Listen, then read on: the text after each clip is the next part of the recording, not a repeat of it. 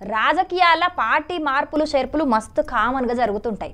ఒకటే రోజు 3 పార్టీల కండువలు మార్చిన వాళ్ళని కూడా చూసినాం. అవకాశాల కోసం ఎన్ని పార్టీలైనా మారుతుంటారు కొందరు.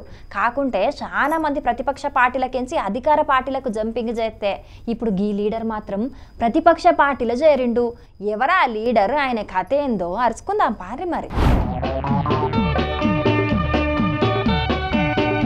మాజీ మంత్రి కమ్ మాజీ పీసీసీ అధ్యక్షుడు సాకే శైలజనాథ్ ఉమ్మడి ఆంధ్రప్రదేశ్ ఉన్నప్పుడు ఓ వెలుగు వెలిగిండు. ఇక రాష్ట్రం ఇడిపోయినాక ఏపీలో కాంగ్రెస్ పార్టీ గెలవకున్నా ఆ పార్టీకి ఏపీ అధ్యక్షునిగా పనిచేసిండు. కాకుంటే ఇప్పుడు షర్మిలక్క పార్టీ పగ్గాలు చేతబట్టే వరకు ఆ పార్టీలు ఉండలేక అధికారంలో ఉన్న పార్టీలకు పోలేక మొత్తానికైతే పంక పార్టీల చేరికైండు. మాజీ సీఎం పంక పార్టీ అధ్యక్షుడు వైఎస్ జగనన్న కండువగప్పి పార్టీల చేర్చుకున్నాడు.